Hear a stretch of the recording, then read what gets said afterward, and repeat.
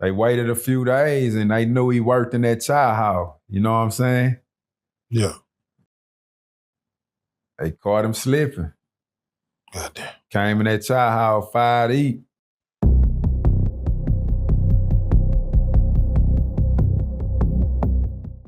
Yeah, you talking like 93, which, gangs was at its height. You know what I'm saying? You were a young dude out of Texas. How was the gang situation just even at that time as far as the Crips, the Bloods? Shit, it was bad. Yeah, please speak on it because I don't think people who, these kids, these YNs out here, I don't know if they know how really it was back then, man. It was, coming from Port Arthur, like me coming up, like when I left the world, man, I knew like 5, 6 Bloods in the whole town, right? And when I got locked up, it was the same thing. You know what I'm saying? So it was definitely like cripping, like we young, like exactly how you imagine how you seen it on Colors. Niggas was trying to live up to that shit. You know what I'm saying? Right. And being young, you really, that's how you felt like that's what it was about. You know, if you had a rival, you knew this was your rival, you for the bang. You feel me? So that's just what it was, man. Like we was doing some crazy shit in that state school, man.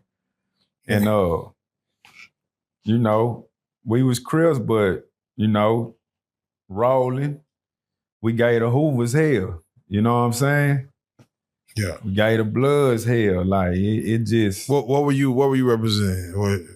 30s, rolling 30s. Oh, 30. You got the name Blue Hands. Yeah. That came later, I'm assuming. Nah, that came like that's right 94. There. Okay. And if you don't mind, for those who don't know you by Blue Hands, as far as how'd you get that moniker? Squabbling and being a Crip. The blue came from being a Crip and Hands came from knowing what, doing what I do, man. Goddamn. Yeah.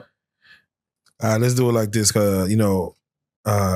As we speak on, this is Prison Stories 101 to where we got to get into the nitty gritty of it all. But I do want to speak on your first day, not only in juvenile, but also your first day when you hit, and what unit you hit again, as you spoke on it, your first day again. I read, but it wasn't really, it didn't have no effect. You know what I'm saying? Entering the penitentiary, the big highs didn't hit me until I hit Clemens unit, man. A month later, which was June 1997 when I hit Clemens unit. Oh, man. What age were you at then? I had just turned 18. Damn, is already into the grown man shit. Yeah, I had just turned 18. All right, we heard about Clemens, man, burning hell. Did anybody give you game before you hit that hell? Like, as far as tell you what you was about to expect, like, and what was from what they told you to what you entered? What was it? Yeah, I had a few partners over there from Port Arthur. I was writing from the state school to the pen. Then I had my partner Amp. Amp was on Clemens. Me and him was writing, communicating. So I already knew what to expect. You know what I'm saying? So exactly everything they told me, that's what it was when I hit that motherfucker. All right, yeah. All right, so as we get into these stories, let's just start with this. For you yourself, to do 20, man, that's 2 decades. Most kids ain't even been alive that long.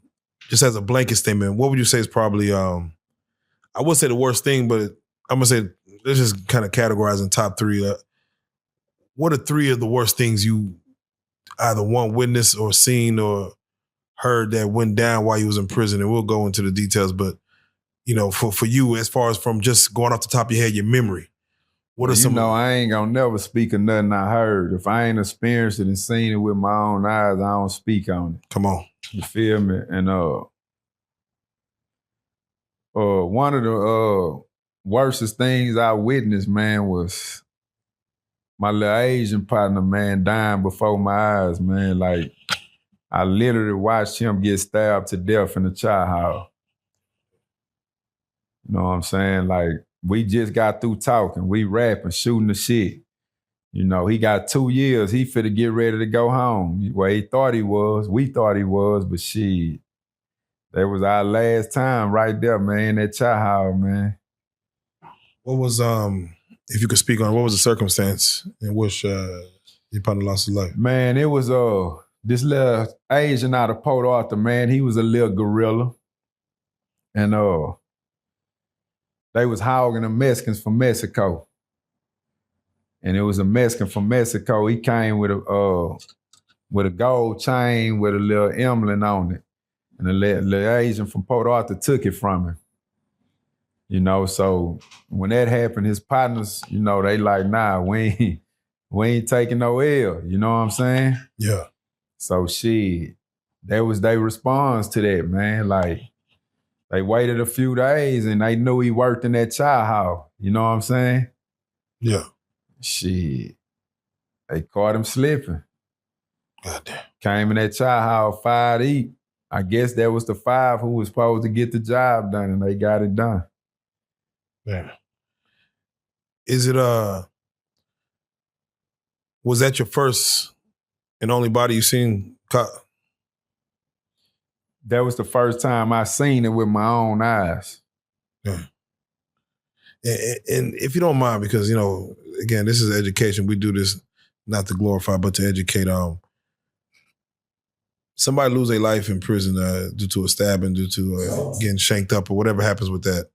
What is the process? What is the shutdown? Like, what happens in the prison? How long does it last? Like, what's Man, certain circumstances, and depending on who it is and what it is, they'll lock the unit down. You know what I'm saying? And with that situation, you know, they locked it down, 72-hour investigation. But we were right back up. You know, like, if it ain't nothing racial, then they not just gonna keep us on lockdown like talking about. If it's just dealing with the Mexicans like that, they ain't, you know, they'll deal with them accordingly. You know what I'm saying? But nah. They say normally in the penitentiary, the inmates run the penitentiary. The guards and COs, they just work there. Is that a true statement as far as your experience, as far as? Yeah, I would agree with that. Okay. You know, without us, I mean, ain't nothing shaking. They'll just be there. Mm. You know what I'm saying? But you got some that try to control the situation.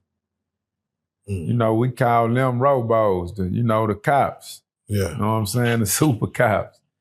But for the most part, inmates run the penitentiary, man.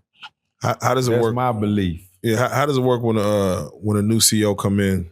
You know, I'm sure y'all see somebody getting trained or something. This, you know, how does it work? You know, it's called academy. They go through academy, and you got certain units where they train them at. Clemens unit was one of them units. If you was in Region 3, Ramsey unit, Darrington unit, Central unit, all them units there, that's considered Region 3 around Houston area. Yeah, they come to Clemens for training. You know what I'm saying? They bring them to the bad unit to train them. You know, and they walk them through. You know, they give them their unit tour, put them on wings with other officers, let them see how it's being ran, put them in the towers and all that. You know, that's how it go. Yeah.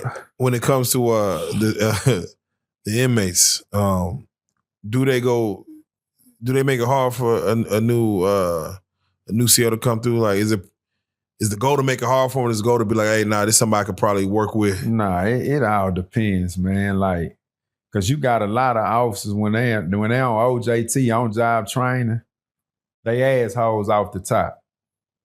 So if you're an asshole off the top, then the inmate's gonna find out a way to make it hard for you. Goddamn.